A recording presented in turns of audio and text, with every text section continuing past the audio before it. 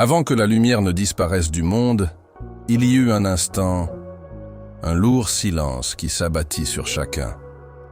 Je me tenais là, entre ciel et terre, cloué sur la croix, tandis que les regards des hommes et des anges se tournaient vers le calvaire. Beaucoup pensaient qu'il ne s'agissait que d'une exécution de plus. Mais cet instant, qui semblait aux hommes la fin, fut en réalité le tournant de toute l'histoire. La croix n'était pas un accident, c'était un autel. Et moi, l'agneau, mon corps blessé tremblait, mais mon cœur restait ferme. Chaque goutte de sang témoignait de l'amour de mon Père. Non pas un amour indifférent ou distant, mais un amour qui s'est donné jusqu'au bout. Je ressentais le poids des péchés de tous les temps. Trahison, mensonge, violence, orgueil, indifférence. Et pourtant, mes lèvres n'étaient pas emplies de condamnation, mais de compassion. Père, pardonne-leur. Car le véritable amour n'exige pas d'être compris. Il se donne entièrement, même lorsqu'il est méconnu. À ce moment-là, beaucoup m'ont regardé comme vaincu. Mais s'ils pouvaient voir l'invisible, ils comprendraient que la plus grande victoire se déroulait devant eux. C'est là, dans l'apparent échec de la croix, que le plan éternel de mon Père s'est accompli. Et c'est ce que je veux que vous compreniez. Quand tout semble perdu, quand la douleur crie plus fort que l'espoir, c'est là que mon Père écrit les chapitres les plus puissants de votre histoire. Le voyez-vous? Ou attendez-vous toujours une couronne sans croix? Mon corps réagissait à peine. Chaque respiration était une lutte, chaque seconde une plongée plus profonde dans la douleur. Mais ce qui me faisait le plus mal, ce n'était pas les clous ni la couronne d'épines, mais le poids de la séparation. À cet instant, j'ai ressenti ce qu'aucun homme n'a jamais ressenti, l'abandon de mon Père. Non pas parce qu'il avait cessé de m'aimer, mais parce que je portais le péché de beaucoup. Et le péché sépare. J'ai crié, non pas par désespoir, mais en toute vérité. Mon Dieu, pourquoi m'as-tu abandonné? Et pourtant, je n'ai pas reculé, car c'était pour toi que j'étais là. Dans mon dernier souffle, je n'ai pas été vaincu, j'ai capitulé. Personne ne m'a pris la vie, je l'ai donnée. J'ai remis mon esprit entre les mains de mon Père. Non pas comme quelqu'un qui abandonne, mais comme quelqu'un qui a confiance. Ce qui semblait être la fin était en fait le sceau de la rédemption. Et je veux que vous le sachiez. À ce jour, personne qui abandonne sa vie à mon Père ne perd. Car même lorsque tout semble s'écrouler, celui qui a confiance vit, et vit pour toujours. Dès que j'ai abandonné mon esprit, la terre a réagi, non pas par le silence, mais par des cris. Le sol a tremblé, les rochers se sont fendus, comme si la création elle-même comprenait la gravité de ce qui s'était passé. Et le ciel, il était vêtu de deuil. L'obscurité recouvrait tout, non pas par une coïncidence apocalyptique, mais comme le signe visible d'une douleur invisible. Mon Père a enveloppé le monde d'ombre, non pas pour cacher la croix, mais pour montrer que l'univers entier ressentait l'impact de cet abandon. Les personnes présentes tentèrent de comprendre. Mais ce que les yeux humains ne pouvaient voir, la nature le ressentit. Car lorsque le Créateur s'abandonne à la mort, même les éléments fléchissent. Le tremblement de terre n'était pas seulement physique, il était spirituel. Les structures de l'ancien monde s'effondrèrent. Et peut-être ne vous en rendez-vous pas compte, mais il y a des moments où votre vie aussi tremble et vous appelez tragédie ce qui est, en vérité, transformation. La terre tremble pour que les cieux se révèlent. À cet instant précis, au loin, à l'intérieur du temple, quelque chose se produisit. Le voile épais et lourd, séparant le saint des saints du reste du temple, se déchira. Non pas de bas en haut, mais de haut en bas. C'est mon Père qui le déchira. De ses propres mains, il déclara « La voie est maintenant ouverte. Ce à quoi auparavant seul le grand prêtre avait accès une fois par an, désormais tout le monde le pouvait. Car le prix avait été payé. La séparation était terminée. Ce voile était plus qu'un simple tissu. C'était le symbole d'une barrière entre Dieu et l'humanité. Une barrière que le péché avait érigée. Mais là, sur la croix, je suis devenu ce pont. Mon corps, meurtri, a ouvert la voie. Comprenez-vous ce que cela signifie? Que vous pouvez vous approcher, sans crainte, sans intermédiaire? Que la présence de mon Père est accessible à tous ceux qui croient? Vous n'avez pas besoin de la mériter, il vous suffit de vous approcher. Le voile est tombé, et avec lui, la condamnation est tombée. Pendant des siècles, ce voile a entretenu une idée. Dieu était inaccessible, lointain, réservé aux plus purs, aux plus saints. Mais je suis venu changer cela. Le voile représentait l'ancienne alliance, pleine de rituels, de sacrifices et de règles, ombre de ce qui allait venir. Avec mon sang, une nouvelle alliance était scellée, non plus avec des animaux, mais avec ma vie. Et ainsi, le voile ne pouvait plus subsister. C'était la fin d'une époque et le début d'une autre. Maintenant, il ne s'agit plus de ce que vous pouvez faire pour vous rapprocher de mon Père, mais de ce que j'ai fait pour vous amener à lui. Beaucoup vivent encore comme si le voile était intact, comme s'ils devaient gagner l'amour de mon Père. Mais ce n'est pas le cas. L'accès est libre, la porte est ouverte, et l'invitation demeure. Venez, entrez, parlez-lui. Ce qui était autrefois impossible est désormais réel. Car le voile n'est pas tombé pour rien. Il est tombé pour que vous puissiez vous élever. Quand mon sang a touché la terre, la lumière s'est retirée. Je ne parle pas seulement de la lumière du soleil, mais de la lumière de la compréhension, de l'espoir, de la paix. Le ciel s'est assombri à midi, recouvrant la terre d'une obscurité inexplicable. Ce n'était pas une éclipse. Ce n'était pas l'ombre d'un nuage. C'était le deuil. La création pleurait avec moi.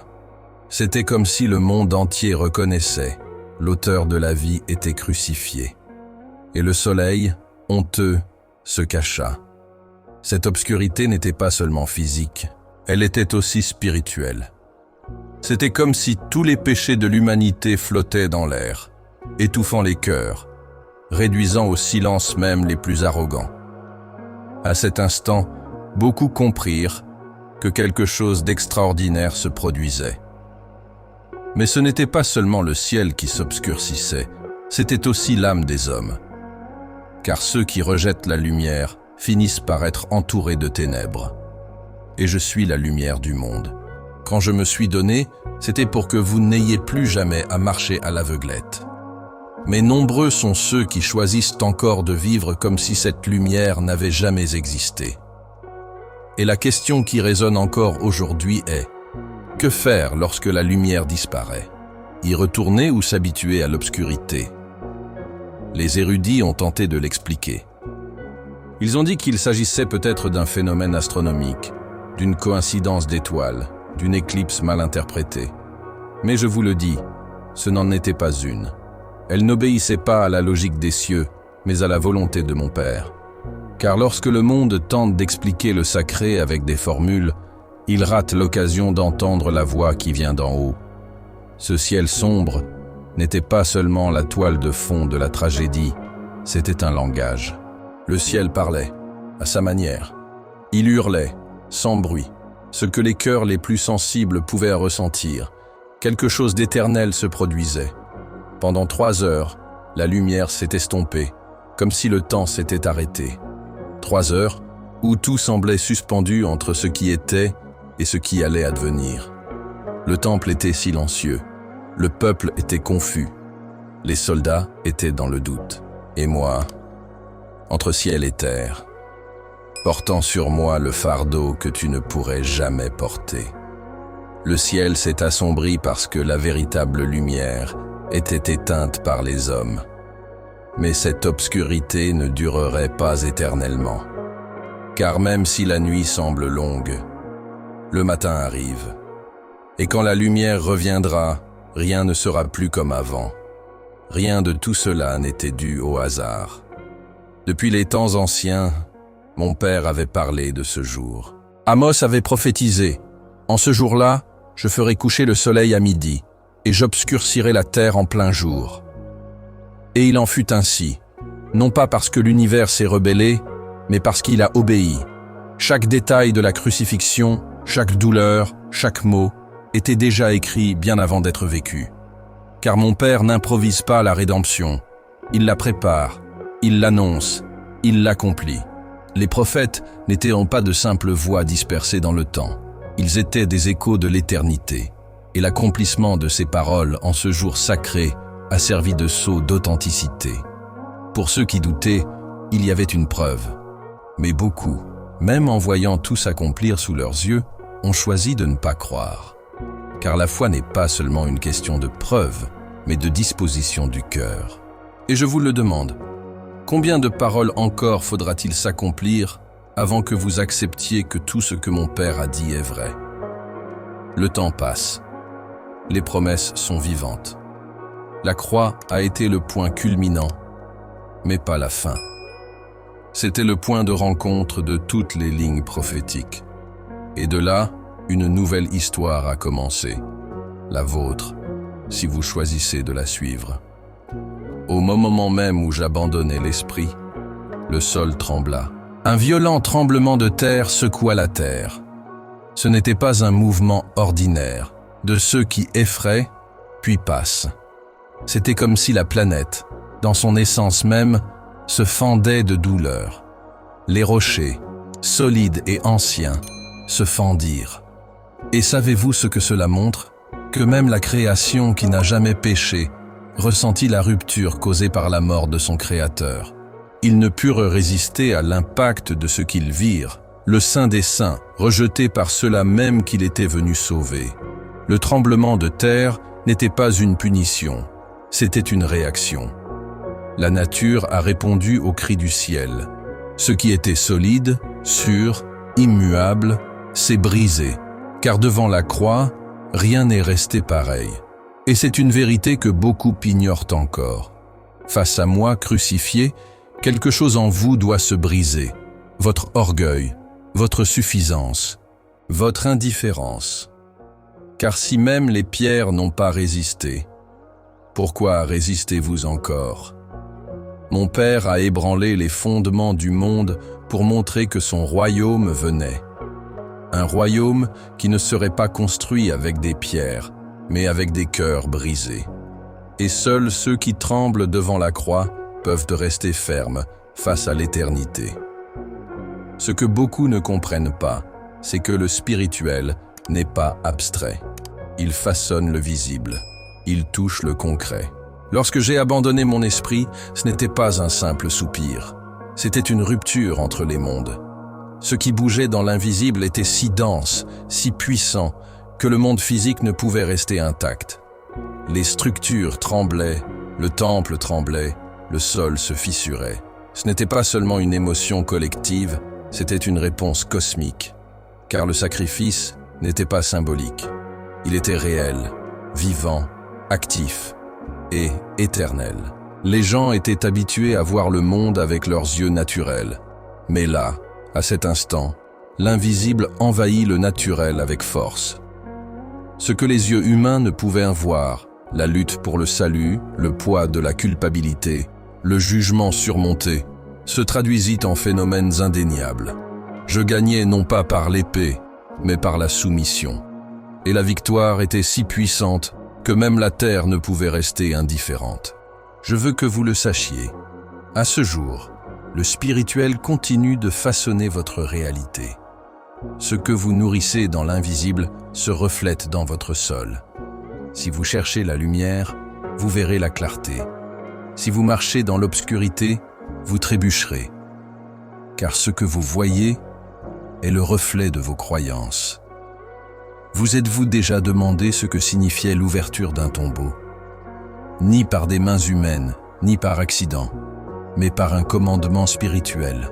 Lorsque la terre a tremblé, ce ne sont pas seulement les pierres qui se sont fendues, mais les tombeaux. Des tombeaux, scellés depuis des années, se sont ouverts. et n'allez pas croire que ce n'était qu'une conséquence du tremblement de terre. C'était un signe. La mort, qui jusque-là régnait silencieusement, a commencé à perdre son pouvoir. Ce qui était enfoui s'est mis à bouger. L'impossible a commencé à se produire. Mon père annonçait, là, que la mort n'aurait plus le dernier mot. La terre, qui avait si longtemps englouti les corps, les rendait maintenant. Non par obligation, mais par obéissance. Car lorsque la vraie vie se manifeste, même la mort ne peut résister. Ces tombeaux s'ouvrirent en prélude. Un avertissement. Un avant-goût de ce qui allait arriver 3 jours plus tard. Je suis mort. Oui. Mais la mort tremblait déjà, car elle savait que la clé n'était plus avec elle. Et aujourd'hui, je vous le demande. Combien de tombeaux avez-vous gardé fermés? Tombeaux de la foi, des rêves, de l'identité. Je suis celui qui ouvre ce que personne ne peut verrouiller, même les tombeaux de votre âme. Peu après ma résurrection, quelque chose d'extraordinaire s'est produit. De nombreux justes, morts, ont été vus vivants, marchant parmi les vivants. Des hommes et des femmes qui avaient déjà quitté ce monde, connus pour leur fidélité et leur crainte de mon Père, sont réapparus, non pas comme des fantômes, mais avec des corps glorifiés. Ils ont traversé Jérusalem. Ils ont été reconnus. Ils ont témoigné par leur présence que la mort avait été ébranlée, que quelque chose de nouveau commençait. Cette résurrection collective n'était pas un spectacle, mais une annonce. C'était mon Père qui disait « La mort ne règne plus ici. Ils ne sont pas revenus par hasard. Ils sont revenus comme les prémices de ce que je venais de conquérir. Ils portaient en eux la preuve vivante de la victoire. » Ce n'était pas une illusion collective. C'était l'accomplissement d'une promesse. Le ciel et la terre se sont touchés. Et ceux qui dormaient dans le Seigneur se sont réveillés. Jérusalem a vu de ses propres yeux ce qui n'était qu'espoir pendant des siècles. Et je vous le dis, si vous croyez en moi, vous aussi vous serez ressuscités, car la même puissance qui a ressuscité les saints du tombeau est la même puissance qui habite en tous ceux qui croient. Vous vous demandez peut-être qui étaient ces gens qui sont sortis des tombeaux. La Bible ne les nomme pas, mais de nombreux érudits soupçonnent qu'il s'agissait d'hommes et de femmes de foi de l'Ancien Testament. Peut-être Abraham qui a cru contre toute espérance. Peut-être Moïse qui a libéré un peuple. Peut-être Anne qui a prié en silence. Peu importe qui exactement, ce qui compte, c'est ce qu'ils représentaient. Le pont entre la promesse et l'accomplissement. Ils étaient l'écho de l'ancienne alliance accueillie dans la nouvelle. Ces saints furent les premiers à ressentir, en chair et en os, l'impact de ma victoire sur la mort. Leur présence à Jérusalem n'était pas théâtrale, elle était prophétique. Ils ne revinrent pas pour continuer à vivre comme avant, mais pour témoigner que le temps de la promesse était arrivé. Ils étaient le sceau visible d'une réalité invisible. Le voile était tombé, la mort avait perdu et la vie avait gagné. Ils ne revinrent pas pour eux-mêmes, ils revinrent pour vous, afin que vous compreniez que tout ce qui a été dit est maintenant accompli. Et je vous le dis, votre histoire fait aussi partie de cette lignée, car quiconque croit en moi est lié non seulement à l'avenir, mais aussi à la promesse éternelle du passé. Il n'avait pas besoin de dire un mot. Marcher suffisait. Ceux qui avaient été enterrés, maintenant vivants, arpentaient les rues de Jérusalem avec une présence indéniable. Ils n'étaient pas là pour être vénérés ou exaltés, ils étaient là comme témoins. Des témoignages silencieux mais puissants, le genre de preuve irréfutable. Car lorsqu'un mort revient à la vie, aucune explication rationnelle ne résiste. C'était comme si le ciel lui-même hurlait à travers eux. La mort est tombée. La vie a triomphé. Ces saints ne sont pas revenus pour revivre le passé, mais pour annoncer l'avenir. Ils étaient comme des trompettes silencieuses, résonnant à travers les pierres de la ville. C'était le début d'une ère nouvelle, où la mort cesserait d'être une fin pour devenir un passage. Beaucoup les ont vus. Beaucoup ont été touchés. D'autres, même en les voyant, ont résisté, comme c'est encore le cas aujourd'hui. Car il y a des gens qui, même face à un miracle, préfèrent le doute. Mais je dis, si vous êtes entouré de témoignages vivants, si votre vie a déjà croisé des personnes ressuscitées de l'intérieur, soyez attentifs. Mon Père parle encore. Et peut-être attend-il simplement que vous l'écoutiez. Pouvez-vous imaginer à quoi ressemblait ce jour-là? Les rues étaient pleines de murmures. Les maisons parlaient. Les chefs religieux cherchaient à comprendre. Les gens demandaient « N'est-ce pas lui ?» Mais il est mort il y a des années. C'était comme si la ville entière se réveillait d'un sommeil spirituel. Les tombes ouvertes n'étaient pas seulement à l'extérieur, elles étaient aussi dans le cœur des gens. Car voir les morts marcher parmi les vivants n'était pas seulement un spectacle, c'était un appel à la conscience. C'était mon Père qui disait « Réveillez-vous ». La vie éternelle a commencé à envahir le temps. Beaucoup de ceux qui doutaient commencèrent à réfléchir. D'autres tentèrent de cacher ce qu'ils voyaient. Mais personne ne pouvait nier. Quelque chose avait changé.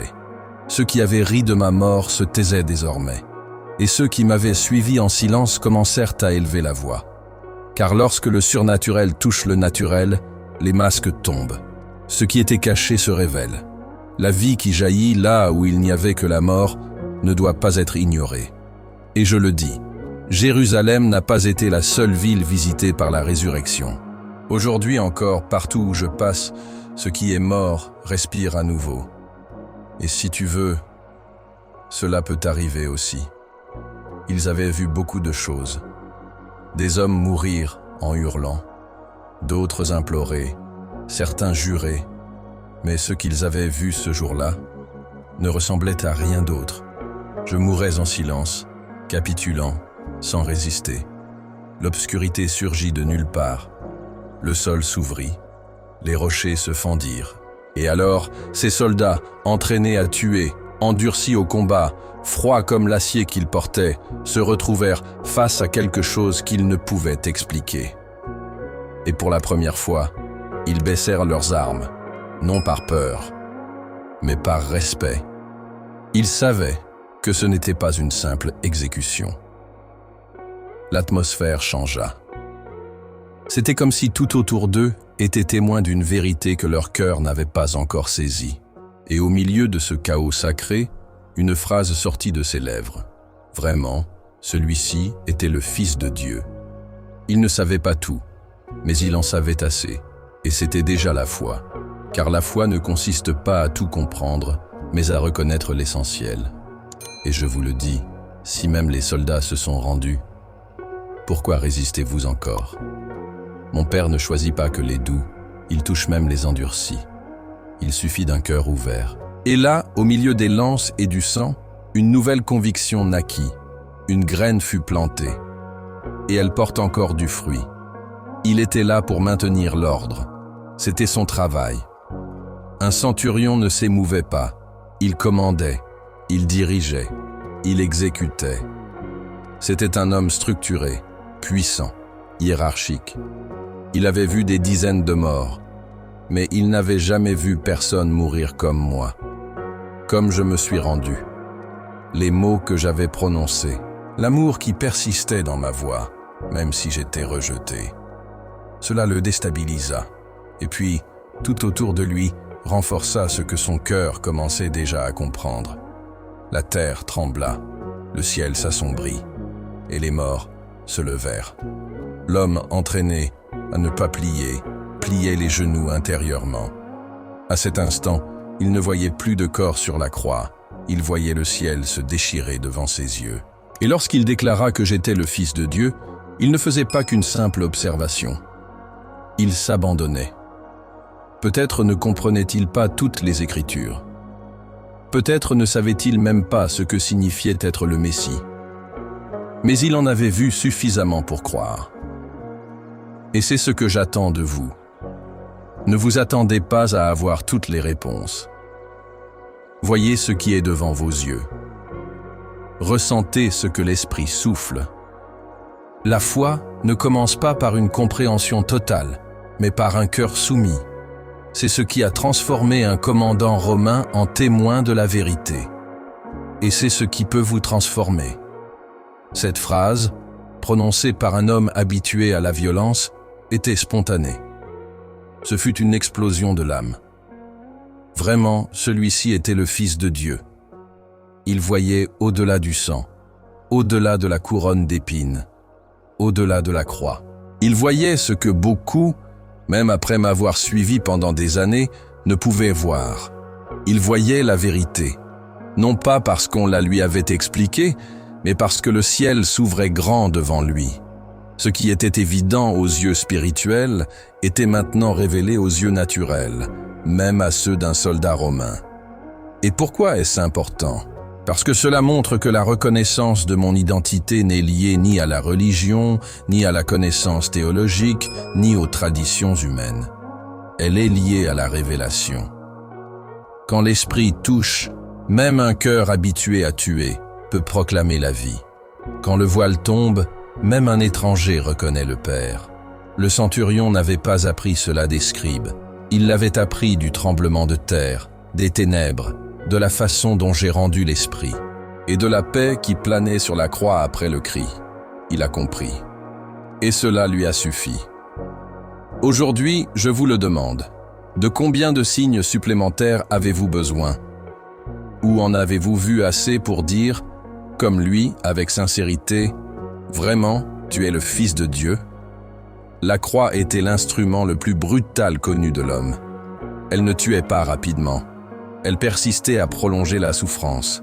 Elle était publique, honteuse, inhumaine. Et c'est sur elle que j'ai été placé. Mais voyez le paradoxe, le lieu de la plus grande douleur est aussi devenu le lieu de la plus grande révélation. Lorsque mes os ont été exposés, la vérité a été révélée. Lorsque mon sang a coulé, le plan de mon Père s'est accompli. Ce que les hommes ont fait pour me réduire au silence, mon Père le parlait plus fort. L'horreur est devenue gloire. La honte est devenue victoire. La mort a donné naissance à la vie. Là, face à la brutalité, la douceur de la rédemption a émergé. La croix, marquée d'épines et de moqueries, a commencé à porter un sens éternel. Ce n'était pas la fin, c'était le pont. Et cela en dit long sur la manière dont mon Père œuvre. Il transforme le lieu de douleur en un lieu de nouveau commencement. Il rachète l'insupportable. Il fait naître la beauté même de la plus grande laideur. Et s'il a fait cela avec la croix, que pensez-vous qu'il puisse faire de votre histoire? Ne fuyez pas la douleur. Abandonnez-la. Car, entre les mains de mon Père, même la croix devient un arbre de vie. Je n'ai pas été vaincu par la croix. Je me suis abandonné. En prononçant ces mots, « Père, je remets mon esprit entre tes mains ». Je n'abandonnais pas. J'étais accompli. C'était un acte d'abandon total. Il n'y avait ni rébellion, ni ressentiment. Il y avait de la confiance. Même en ressentant son absence, je savais qui était mon Père. Même en souffrant, je savais où mon esprit serait en sécurité. C'est pourquoi j'ai eu confiance. C'est pourquoi je me suis abandonné. Parce que ceux qui connaissent le cœur du Père ne craignent pas l'après-coup. Cet abandon volontaire est un appel à tous ceux qui me suivent. Il ne s'agit pas de résister jusqu'au dernier souffle, mais de faire confiance. Nombreux sont ceux qui s'accrochent à leur propre force, essayant de contrôler leur destin, comme si c'était possible. Mais je vous le dis, seuls ceux qui apprennent à s'abandonner vivent vraiment. Seuls ceux qui remettent tout entre les mains de mon Père trouvent le repos. Peu importe votre force, à un moment donné, la vie exigera l'abandon. Et quand ce moment viendra, que vos paroles soient les miennes. Père, entre tes mains. Car là où les yeux humains voient la fin, mon Père a déjà écrit le commencement. Quand j'ai dit « tout est accompli », ce n'était pas un soupir de défaite. C'était un cri de conquête. Je n'annonçais pas seulement la fin des souffrances, mais la fin d'une époque. La dette était payée. La malédiction était brisée. La distance entre le ciel et la terre était comblée. Rien n'était laissé en suspens. Pas un seul point de la promesse n'était laissé inachevé. Tout ce qui devait être fait pour racheter l'humanité a été fait. Cette phrase porte le poids de siècles d'attente et le soulagement d'une éternité de salut. Tout est accompli et le sceau d'un plan parfait. Depuis Adam, depuis l'Éden, mon Père savait ce qui serait nécessaire. Et à cet instant, devant le ciel, la terre et l'enfer, j'ai déclaré « Tout est accompli ». Plus personne n'a besoin de vivre prisonnier de la peur, de la culpabilité ou de la condamnation. La porte est ouverte, le prix a été payé. Et maintenant, il ne vous reste plus qu'à l'accepter. La croix n'a pas été vaine. La douleur n'a pas été vaine. Le sang n'a pas été versé par hasard. Tout est accompli. Et si tout est accompli, qu'est-ce qui vous empêche de vivre en liberté? Jusqu'à ce moment, l'humanité vivait à l'ombre d'une alliance faite avec le sang des animaux, guidée par un nombre limité de prêtres et médiatisée par des rituels. C'était une alliance qui annonçait quelque chose de plus grand, mais elle ne pouvait sauver à elle seule. Année après année, les hommes venaient au temple avec des sacrifices, essayant d'alléger la culpabilité. Mais celle-ci revenait toujours, car le sang des boucs et des béliers n'avait jamais eu le pouvoir de changer le cœur. Et puis, le moment parfait arriva. Je suis devenu l'agneau, non plus un symbole, mais une réalité. Et avec ma soumission, cette alliance prit fin. Le sacerdoce humain, limité et fragile, a été remplacé par un sacerdoce nouveau et éternel. Je suis devenu le grand prêtre qui n'a pas besoin de se sacrifier. Je suis entré dans le sein des saints célestes, non avec le sang d'autrui, mais avec le mien. Et là, devant le trône de mon Père, j'ai placé le prix payé pour vous. L'ancienne alliance s'est terminée là, non avec mépris, mais avec accomplissement. Tout ce que les prophètes avaient prédit, je l'ai vécu. Tout ce que le système indiquait, je l'ai accompli. Et maintenant, un chemin nouveau et vivant s'ouvre à vous. Non plus guidé par la peur, mais par l'amour. Non plus par des règles extérieures, mais par une transformation intérieure. Le rideau s'est refermé sur l'ancien, et le nouveau a commencé à respirer. Auparavant, peu s'approchaient. Un prêtre, une fois par an, les mains ensanglantées, entrait dans le lieu très saint.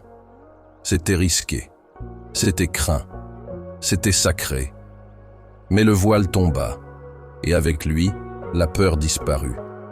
Maintenant, chacun peut s'approcher du trône de mon Père. Non par le mérite, mais par la grâce. Non par l'effort, mais par la foi. L'Épître aux Hébreux l'explique clairement. Par mon sang, vous avez libre accès. Ce qui était lointain est devenu proche. Ce qui était exclusif est devenu une invitation. Tu n'as plus besoin d'intermédiaire pour être entendu. Tu n'as plus besoin de te montrer digne pour être accepté. Tu as été rendu digne par ce que j'ai fait. Le chemin que j'ai ouvert n'est pas fermé par tes faux pas. Il reste ouvert, car il a été scellé par le sang éternel. Tu peux entrer, tu peux parler, tu peux te répandre devant mon Père. Il écoute. Le voile n'a pas seulement été déchiré, il a été remplacé par mon corps. Et cela change tout. Désormais, tu ne vis plus en essayant d'obtenir la faveur de Dieu. Tu vis comme quelqu'un qui est déjà favorisé. Le trône de la grâce est devant toi. Entre, il t'attend. Combien d'agneaux ont été immolés? Combien d'holocaustes, combien d'autels ont été érigés? Et pourtant, la paix intérieure n'était jamais complète, car la conscience continuait d'accuser. Le cœur restait emprisonné. Mais en allant à la croix, j'ai emporté tout cela avec moi. L'autel est devenu la croix. Le feu a été remplacé par mon amour. Et le sang était mien.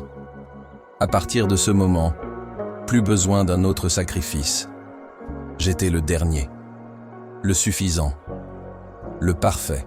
Tu n'as plus besoin d'essayer d'obtenir le pardon en offrant quelque chose en retour.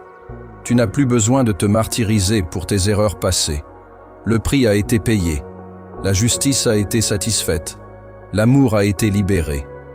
Ce que le sang des animaux n'a pas pu faire, transformer l'âme, mon sang l'a fait. Il purifie, il libère, il guérit, et il perdure.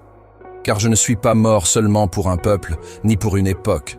Je suis mort pour tous, pour chaque génération, pour toi. Alors, cesse de te justifier par des sacrifices vains.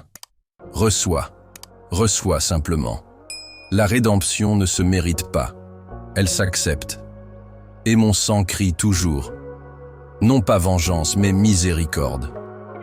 À cet instant, la mort goûta la défaite. Pour la première fois, elle ne pouvait conserver ce qu'elle avait reçu. J'entrais dans son royaume, non comme prisonnier, mais comme roi. Je l'affrontais de front. Je portais le poids du péché. Je subis les conséquences de la rébellion. Mais le troisième jour, la pierre roula. Et lorsque je sortis de ce tombeau, la sentence fut prononcée. La mort avait perdu. L'humanité, qui avait vécu pendant des siècles enchaînée à la peur de la fin, avait désormais un nouvel espoir. La vie éternelle n'était plus une théorie, c'était la réalité. Je ne suis pas ressuscité juste pour prouver quelque chose. Je suis ressuscité pour ouvrir la voie, pour montrer qu'il y a une vie après la croix, qu'il y a la gloire après la douleur, qu'il y a un nouveau départ après le deuil. Ma victoire n'a pas seulement été sur la mort physique, mais sur tout ce qu'elle représente. La peur, le désespoir, la séparation. Maintenant, quiconque croit en moi, même s'il meurt, vivra. Car je suis la résurrection et la vie. Et le destin de l'humanité a changé. Le cycle de la chute a été brisé. Le cycle de la grâce a commencé. La question n'est plus de savoir si vous allez mourir, mais de savoir avec qui vous allez vivre. Pendant 3 jours, le monde crut que tout était fini. Le ciel était silencieux. Le corps gisait dans un tombeau emprunté. Des soldats gardaient l'entrée. Les disciples étaient cachés. L'espoir sommeillait. Mais ce que personne ne voyait, c'était ce que mon Père préparait déjà. Car son silence n'est jamais une absence, c'est une stratégie. Alors que tout le monde pensait que le cycle de la mort avait gagné, je prenais les clés, je descendais. Oui, mais je descendais pour vaincre. L'enfer se tut devant ma présence. La mort ressentit quelque chose qu'elle n'avait jamais ressenti auparavant. La peur. Et à l'aube du 3e jour, la pierre fut roulée. Non pas par des mains humaines, mais par l'autorité divine. Ce que les hommes avaient scellé par la peur, mon Père l'ouvrit avec puissance. Je me suis levé, non pas comme le crucifié, mais comme le ressuscité, comme le Seigneur de la vie. Et ce qui semblait être la fin la plus tragique devint le commencement le plus glorieux. Car avec ma résurrection, tout change. Tout prend un sens. Même la douleur la plus profonde commence à avoir un sens. Et je vous le demande, combien de situations avez-vous déclarées comme étant la fin, alors qu'en réalité, elles n'étaient que le début? Mon Père a toujours le dernier mot. Et si vous lui faites confiance, ce sera toujours la vie. Quand Marie se rendit au tombeau, elle s'attendait à trouver un corps. Elle apporterait des parfums, elle pleurerait, elle dirait adieu, mais elle trouva quelque chose qui changea tout, un tombeau vide. Il n'y avait plus l'odeur de la mort, plus de deuil de la faim. Il y avait la lumière, il y avait la présence, il y avait une promesse accomplie. Et là, devant cette pierre roulée, l'espoir renaît avec moi, car jusque-là, la mort était le point final de l'histoire humaine. Mais maintenant, ce n'est plus qu'une virgule. La fin est annulée, le cycle est brisé. L'éternité a commencé à toucher le temps. Ce tombeau vide est plus qu'un symbole, c'est une déclaration. Je n'ai pas seulement vaincu la mort, je suis la vie. Je ne suis pas simplement ressuscité, je ressuscite ce qui est mort en toi, l'espoir, la foi, le but, l'amour. Rien de tout cela ne doit rester enfoui. Ce qui est vide aujourd'hui peut être le début d'une nouvelle histoire. car là où tous s'attendaient au silence, mon Père a répondu avec gloire. La résurrection n'est pas seulement un événement du passé, c'est une réalité pour tous ceux qui croient. Et si le tombeau est vide, alors tu es libre de vivre véritablement. La croix, aux yeux des hommes, était un instrument de destruction. Mais aux yeux du ciel, c'était un instrument de rédemption. Elle était dépourvue de beauté, jusqu'à ce que je sois pendu là. Car j'ai transformé la honte en gloire, la condamnation en pardon, la faim en une porte. Et cette puissance de la croix n'appartient pas au passé. Elle perdure aujourd'hui. Car il y a des cœurs aussi endurcis que les rochers du Golgotha, des gens marqués par la douleur, le froid, la lassitude. Et pourtant, lorsqu'ils touchent à la croix, lorsqu'ils me regardent, quelque chose commence à fondre en eux. La croix est un scandale pour beaucoup, une folie pour d'autres. Mais pour ceux qui croient, elle est puissance. C'est la force qui restaure ce que personne d'autre ne peut, qui libère là où les mots ne peuvent atteindre. La croix transforme parce qu'un amour s'y est répandu, qui ne demande rien, mais donne tout. Et c'est pourquoi, aujourd'hui encore, dans les lieux oubliés, dans les prisons, dans les ruelles, dans les temples ou dans le silence, elle touche encore, elle brise encore les chaînes, elle renouvelle encore les destins. Et je vous le demande, combien de temps résistera-t-elle? La puissance qui a guéri les âmes des voleurs et des soldats est toujours disponible. La croix est toujours debout, et elle vous appelle toujours par votre nom. Beaucoup considèrent la croix comme un événement historique marquant, comme s'il ne s'agissait que d'un événement parmi tant d'autres. Mais je vous le dis, elle n'a pas seulement divisé le calendrier, elle a divisé le ciel et la terre, l'éternité et le temps, l'avant et l'après, car tout a changé là. Les prophètes qui m'ont précédé ont annoncé ce moment. Les apôtres qui m'ont suivi en vivraient grâce à lui. Et vous, maintenant, êtes ici. Car là, sur cette croix, le ciel a définitivement touché la terre. La croix n'est pas seulement un rappel, c'est un fondement. C'est le point où l'amour a vaincu la haine, où la justice a rencontré la miséricorde, où le poids du péché a été vaincu par la légèreté de la grâce. C'est là que mon Père a montré qu'il était prêt à tout pour vous récupérer. Et si vous comprenez cela, il n'y a aucun moyen de vivre de la même manière. Car une fois que vos yeux voient la croix telle qu'elle est vraiment, tout autour d'elle perd son éclat, et seule elle demeure. Il ne s'agit pas de religion, il s'agit d'une rencontre, un jalon éternel, une invitation qui résonne encore, génération après génération. Venez et voyez. Ce qui s'est passé là change tout. Maintenant, tu sais, la croix n'était pas la fin, c'était le commencement. Le tombeau n'était pas la défaite, c'était le théâtre de la plus grande victoire de l'éternité. La mort, qui régnait sur l'humanité depuis l'Éden, est tombée devant le sacrifice parfait. Et je suis vivant.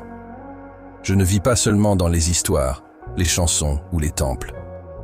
Je vis parce que j'ai vaincu la mort elle-même. Et parce que j'ai vaincu, tu peux vaincre aussi. Toi aussi, tu peux te libérer de ce qui te retient, des chaînes que personne ne voit, du passé que tu caches, de la culpabilité qui te consume en silence, de la peur qui te paralyse, de la douleur qui te serre la poitrine. Ma croix était lourde, mais elle était pour toi. Chaque goutte de sang avait un nom, et la tienne est parmi elles. Peu importe ce qu'ils t'ont fait, ni ce que tu as fait aux autres. Mon amour couvre tout. Il guérit tout. Il restaure tout. Mais il y a une chose que tu dois comprendre. La rédemption ne se fait pas par l'observation. Elle ne devient réelle que lorsque tu réponds. Et c'est pourquoi je te demande maintenant, compte tenu de tout ce qui a été révélé, que choisiras-tu? Continueras-tu à observer de loin, essayant de comprendre avec raison ce que seul le cœur peut absorber? Ou capituleras-tu? Capituleras-tu? T'agenouilleras-tu, non pas comme quelqu'un qui perd, mais comme quelqu'un qui trouve enfin le repos. Je ne suis pas mort pour que tu aies une religion, je suis mort pour que tu aies la vie, pleine, réelle, éternelle. Le voile est tombé, la voie est ouverte, le trône est accessible. Et je suis toujours là, à attendre. Non pas avec une accusation, mais les bras ouverts. Le même amour qui m'a cloué sur la croix est celui qui t'appelle maintenant, car je suis venu chercher ce qui était perdu. Et si tu as entendu ma voix aujourd'hui, n'endurcis pas ton cœur. Relève-toi, car la victoire commencée sur cette croix peut perdurer en toi. Mes frères, si vous êtes restés jusqu'à la fin et que vous avez profité de ce moment que nous avons partagé ensemble, je vais vous demander encore une fois de nous aider à grandir et à atteindre plus de personnes. Abonnez-vous à cette chaîne, partagez cette vidéo avec vos amis et vos proches, diffusez du contenu de qualité autour de vous. Cela ne fera pas seulement du bien à votre cœur, mais aussi à chaque personne que ce message pourra toucher. Je vous souhaite une journée pleine de paix, que mon Père bénisse et prenne soin de chacun de vous. Et n'oubliez pas, nous nous retrouverons très bientôt pour un nouveau moment de partage et de connaissance ici sur cette chaîne.